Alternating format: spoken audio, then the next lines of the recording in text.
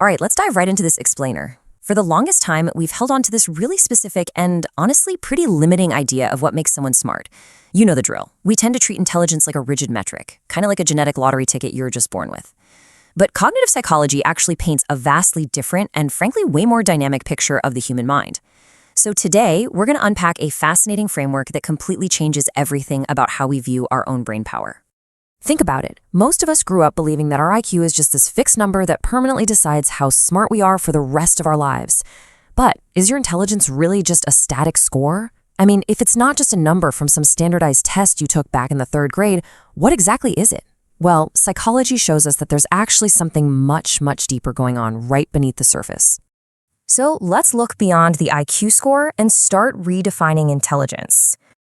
It really helps to think of the old model, that traditional IQ score, as a brick wall. It's fixed, it's strictly number-based, and it largely just measures static knowledge. But true intelligence, that is incredibly dynamic. It is a live, active process. It's all about how you solve problems, how you evaluate new information, and how you adapt to a constantly changing world. It's not just a dusty database of facts, it's literally the operating system that processes them. And the absolute best part? These cognitive abilities can actually get much more sophisticated through active learning and experience. Let's start right at the foundation with the autopilot mind, covering levels 1 and 2. Right down at level 1, we have what's called blind reaction. Just think of road rage or, snapping at a friend when you're super tired. At this stage, your decisions are completely driven by immediate impulses and emotions. Your brain is prioritizing speed over accuracy, so you aren't evaluating anything, you're literally just reacting. Then we step up a bit to level 2, which is basic awareness. This is where we start to notice surface-level patterns. You recognize what's happening around you, but you can't quite explain why it's happening. It's basically the dawn of conscious thinking, but it still lacks that true analytical depth. Moving up, we hit the analytical shift. That brings us to levels 3 and 4. Level 3 is where we find logical thinking.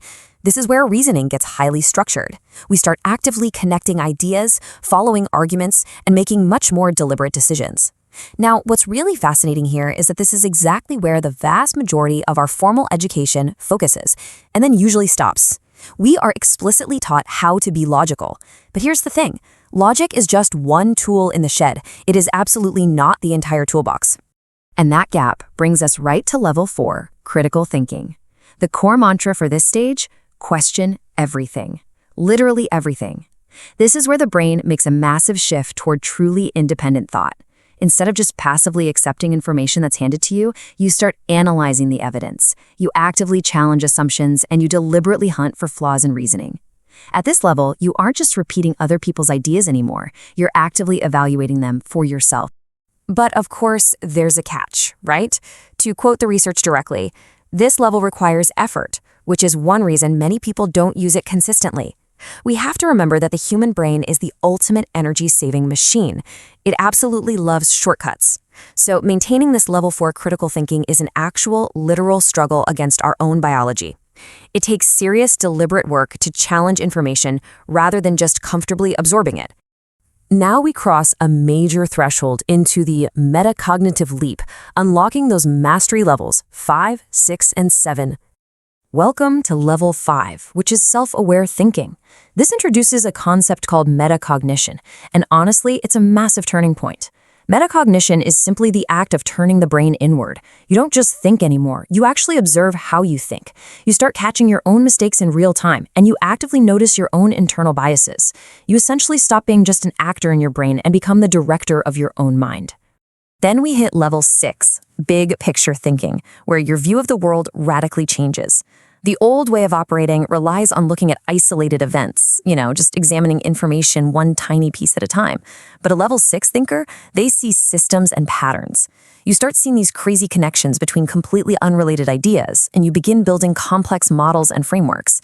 This kind of broad, zoomed-out perspective is the absolute foundation of true creativity and vastly superior problem solving. And that brings us to the absolute pinnacle, level 7, strategic thinking.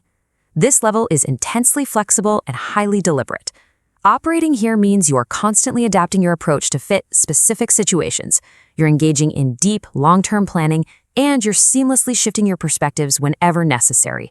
True intelligence at this stage is no longer just about thinking well. It's about using supreme cognitive control to apply that thinking effectively out in the real world. So, it all comes down to choosing your next level and embracing the effort of growth. Ultimately, what cognitive psychology reveals is a real game changer. Most people don't actually lack intelligence, they just rely on comfortable habits.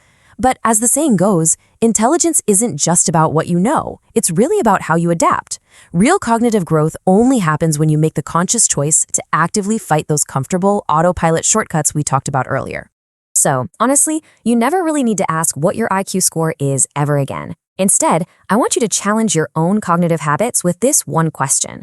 At what level are you thinking right now? Are you just reacting on autopilot, or are you strategically designing your own thoughts? The choice is entirely yours.